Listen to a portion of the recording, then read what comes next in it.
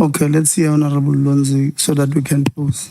No, just a few points, Chair. I think they may have been raised prior. I'm interested in the argument of the DHET legal when it says maybe you can assist DGE. The department doesn't have the powers to build some framework around university fees or fee increase. I don't know if maybe you can briefly explain. I don't know if legal is here, but if they are not, if maybe you can assist us in that point.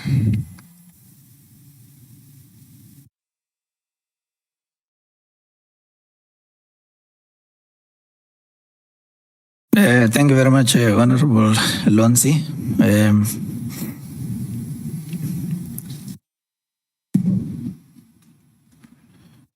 One of the most difficult challenges we are confronted with in implementing our legislation that covers universities is generally the pushback that we experience when we do so. The notion of fee-free framework is our notion as a department. That's our agenda. That's what we advance. That's our drive. We wish to achieve a legislative regime where we are able and we are enabled to determine and control the continuing increases in the fees that our universities and students have to face with. Now, the difficulty in this regard has always been that in November every year, we release what is called a ministerial statement. This ministerial statement is aimed at saying to councils, as you determine fees for the following year, for example, stay on the CPI. Sometimes they will argue and say, no, let's make it CPI plus 2 or CPI plus 5. But all the time the struggle is on, they want to raise the fees, we want to control it. This instrument, they know that the fee-free framework is going to assist us to enforce this.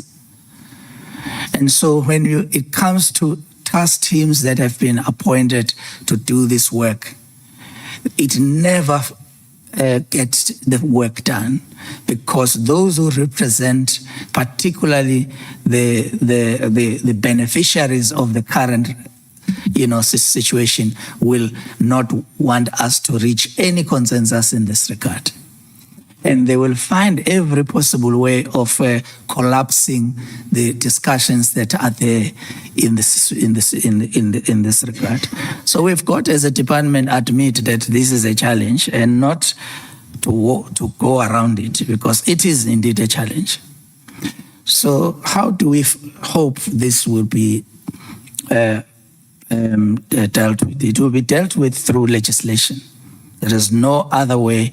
It is amendments to the Higher Education Act to give enough powers to our minister to intervene, instead of the current practice where the minister negotiates with the institution through the ministerial statement. And what they have done over the years is to reverse the dates for the determination of the fees to October, so that by the time the ministerial statement is released, the horses have bolted. This year, what we have done is we've started this discussion much earlier. That's what the minister has done. We've met all of them, all councils of all chairpersons, to try and say, when you sit and you make a determination about fees for the following year, these are the recommendations of the minister, even prior to the ministerial statements being issued. But still, is this enough? Therefore, the framework becomes important for us. And as a transitional mechanisms, if the legislation has not been finalized. Okay. Yeah, I think maybe we'll have to do more reading on that, because I do find it odd that a department that in the main, especially in some of the public institutions, contributes to the institutions in terms of the subsidies and the funding, but you still don't have the teeth to determine how much the institutions are charging our students. Because the follow-up question is that there was an interesting debate we had during our workshop around the standardization of the costs of certain qualifications. Because it seems to us, and I know the Ivy Leagues may not like my comments because they are the ones who would charge a lot. It doesn't make sense why the same degree that is provided at UCT doesn't cost the same as a degree that is provided at the University of Fort Hare, Walter Sisulu, or Univen. It becomes even worse when we consider professional degrees, because if an engineer is being produced in the Western Cape, we want the same standard and quality of an engineer to be produced in the Northwest or Limpopo or anywhere else, because these people are going to be building bridges that all of us are going to be using. Or if they are doctors, they are going to be operating our hearts, our brains.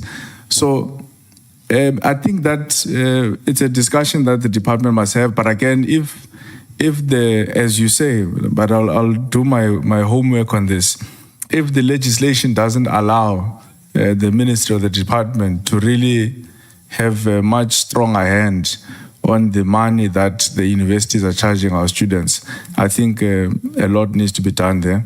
My other question was around the new generation of academics program. I think that's one of the targets that you didn't meet. And for me, I don't understand why, because I think your reasoning was that there are delays in recruitment and contracting.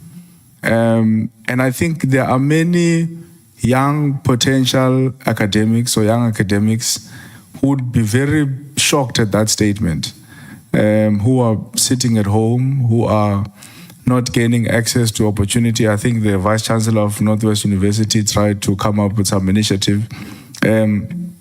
I wonder if anyone in the department can explain what exactly is meant when we say delays in recruitment or contracting. It would have made more sense to me if you said maybe there's budget constraints or there's no money. But if you say it's a recruitment or contracting process, it suggests that the money is there, just that for some reason we're delaying in recruiting this new generation of young academics.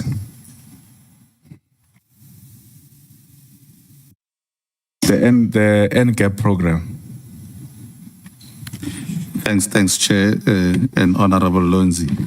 The explanation, as I provided earlier, on the NGAP non-achievement of the target was the way the indicator was phrased. If you look at it, it says the number of posts filled at universities. And so our explanation was that this indicator had to be rephrased in the way that it is now in the current 2025-2026 APP to reflect the number of NGAP posts allocated to universities, because then that is in the control of the department. If it is about filling of posts at universities, then we are likely and most of the time not be able to achieve it because of that reason for deviation that is provided there. Because then the recruitment and everything else takes place at the universities, so which is outside of our control. And that's what simply explains the non-achievement in this area. And as I indicated, we have seen an increase and an achievement in other sub-programs where we were able to modify the indicator and the technical indicator descriptors for these matters to reflect the allocation, because then that is what we are able to do. as the department from our own planning and in terms of the implementation of allocating to the universities. And therefore it then becomes the responsibility of the universities to push, the recruitment and attracting, academics to those posts. Thanks, Chair. No, thank you, Chair. My second last, I think members spoke about this. And for me, I find it very disheartening, especially when it's the department in the ministry that always says to us, not every young person is going to make it to a university. Not every young person is going to make it to a TVET college. But when we look at our skills development program, you target 190,000 learners to be placed in work-based learning programs, and you only did about the odd 130. 150,000 learners were supposed to be registered in skills development programs. You only did about 60,000. 36,375 learners entering artisan programs. You only did about 18,000. 26,500 artisans found competent. You had 16,000. 53,000 learners completed learnerships. You're at 25,000. The list is endless. And we know the money is there in the sitters, because I don't know if it was the AG or the fiscal authority, it was the fiscal guys, who said the sitters were sitting with something like 28 billion rands and then 8 billion non-committed. So we're sitting with a situation where we're not putting in young people in skills development programs, not because the money is not there. Because I think too often we like to hide behind the fact that, no, the money is not there, no, we must go ask Treasury. In fact, what the fiscal, I forgot the name, what they said to us is that the department is at risk of Treasury reducing the money that it gives them. And I think that must really be something that keeps the department, the ministry up at night, to say that we go around saying we don't have enough money for the post-secondary education sector, but we're sitting with billions of rands, 8 billion, 3.8 billion, 28 billion rands, yet we are not putting in enough young people in skills development programs. We know in South Africa we've got an odd 4 million youth who are not in education and training or employment. And ideally you want them to find expression here. The minister was also saying just not so long ago that of the people who are going to write matric exams, already he's cutting out half of them. I think 850,000, saying already about 400,000 of them, we don't know where we're going to place them in post-secondary education. Yet we've got such a poorly performing skills development program. I think, it's not really a question, but it's something for the department and DM to think about. My last question, I'm interested, DM, I think I've asked, when I get an opportunity, I'll ask the minister as well, but I've asked the former ministers and DMs. I haven't asked you on this one. What is your view on the universities and institutions and TVETs a practice of withholding the degrees and the qualifications of students, even after they've completed their academic qualifications? And the arguments that the institutions make is that they are withholding these qualifications because the students owe debt. But our response is that, how do you expect these young people to access employment opportunities if you are withholding their qualifications? Because let's for argument's sake say they genuinely wanted to pay back the debt to the institutions. Then it was only going to make sense to say, let's empower you with this tool that is going to give you the ability to go and seek employment opportunities and come back. And it's not true, because I know a lot of the institutions like to say, no, we write to some of the employees, no, we give them. Some of the employees want the qualification, they want the degree. Like, there are many young people, if the department were to run your own independent survey, if you don't believe what we say, because we interact with these young people, with these graduates all the time, they do not get employed if they don't have their degrees and certificates in hand.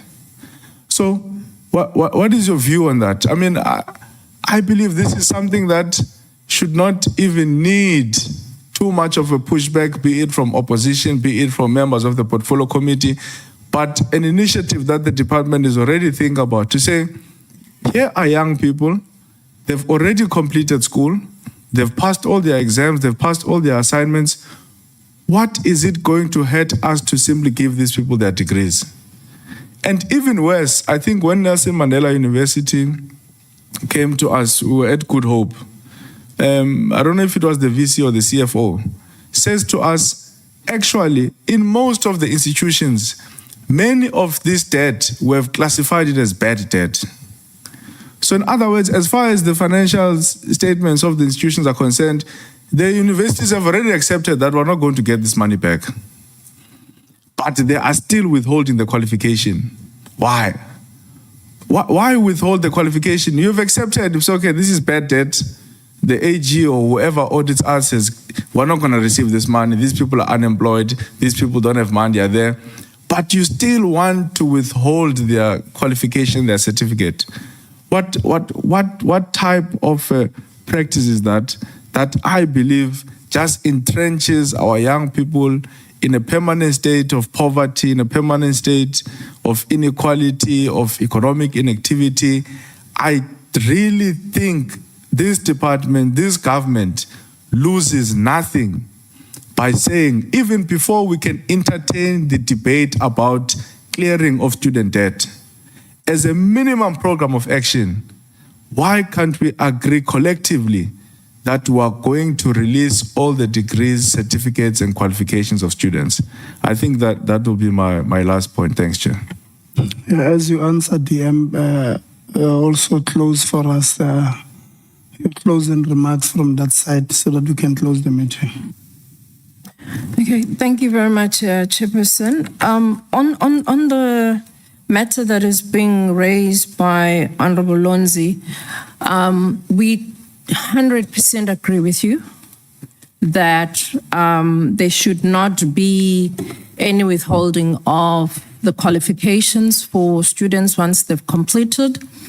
We have placed this on the discussions with the university principals, and they have indicated their commitment that they do give students letters, written letters or statement of results, which shows that a student has completed and has got that qualification. We have also went further to say, well, you might be saying that, but we have had universities where students still complain about this matter. And I think it is going to be up to us now to actually go deeper and say which are those that are still not even adhering what they have agreed upon as principals, to say students should be given their qualifications, statements, and letters to show and to indicate to those employers or to potential employers that they have qualified. So that is our stand, that we believe that students cannot be disadvantaged just because they owe or but whilst they've completed, because as you're correct, it actually self-defeating, because then how are they going to pay if they're not employed or they cannot show that they have actually qualified? We have also gone further, honorable members, to engage universities on the matter of fees, including a study that was presented to the university principals in our last meeting when we were discussing the fees, which actually indicated that there are inequalities when it comes to how universities arrive at fees, but also there's a lot of fat in others, a lot of administrative loading of budgets and different things that are happening there. Unfortunately, as you all know, and you've been indicated, that we need to change the act so that we are able to intervene decisively as government in terms of transparency and accountability. We've even gone further to say, well, in terms of the AG and the laws of the country, any institution that uses public money cannot then say, I cannot be transparent and I cannot be accountable for the taxpayers' money. And it's something that we need to enforce. You would know that universities have taken the departments to court around what they believe is the department's overreach on their autonomy. But we have also said that there will be instances where we will be prepared to be taken to court for what we believe is the correct thing to do, because ours must be what is in the interest of the society and the communities that we serve.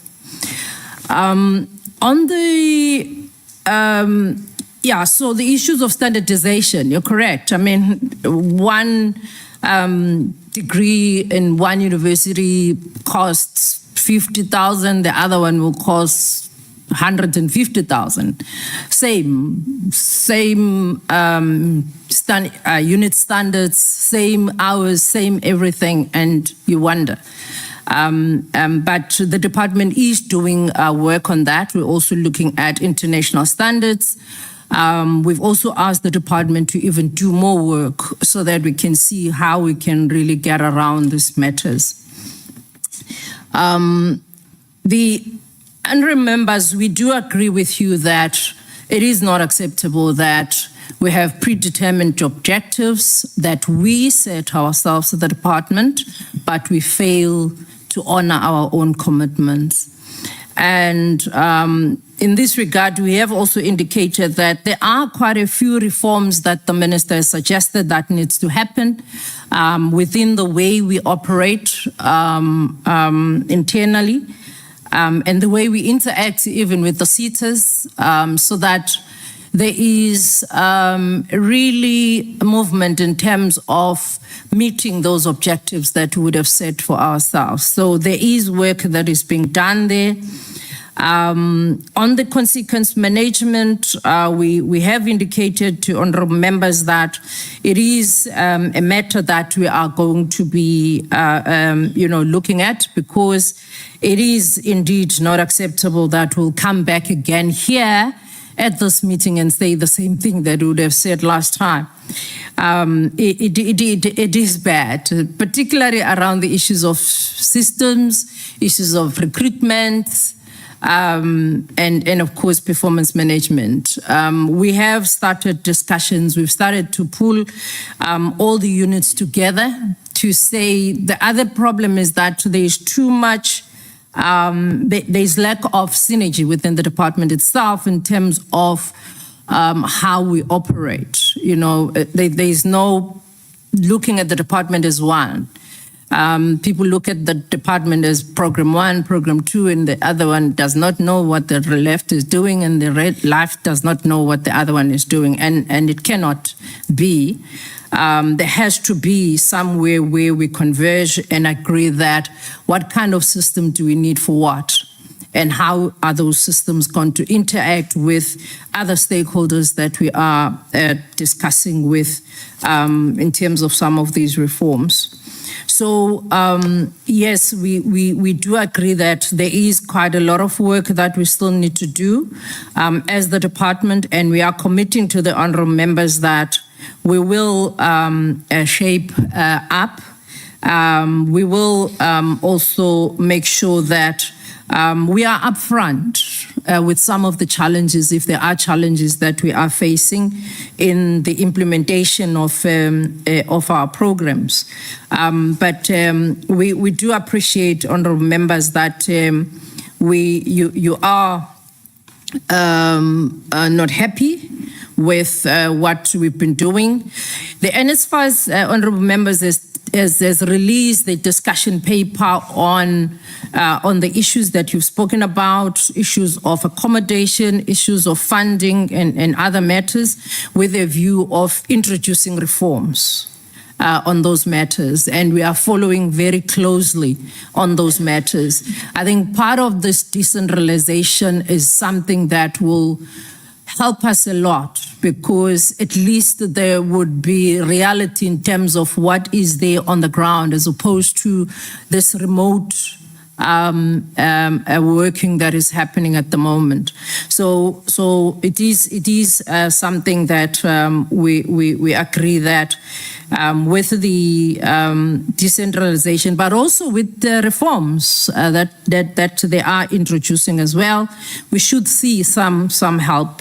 Obviously, we're not going to lie and say we are going to be sail cruising. Issues of funding are still going to be the problem, honourable members. As I indicated, that there are more and more students that are qualifying because of the socio-economic challenges that we are facing as a country. Our economy is not growing, and more people are falling into the bracket where they cannot afford. But unfortunately, the other part of that is that even those that used to afford, because of the increase in the university fees, they end up not even affording.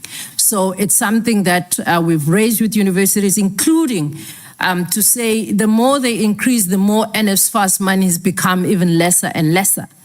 And they've committed that what they will do is that when they increase beyond what the NSFAS is paying, they then pick up that tab. But we believe it's not enough, because what about those then that are not on the NSFAS? What then happens to those parents? It means, again, they are going to fall off the brackets and they will come back to the same. It's something that we really need to deal with once and for all. But honourable members, thank you very much for the interaction. The team with the Director General, we will make sure that all the matters that have been raised are dealt with. Thank you. No, thank you very much, Deputy Minister.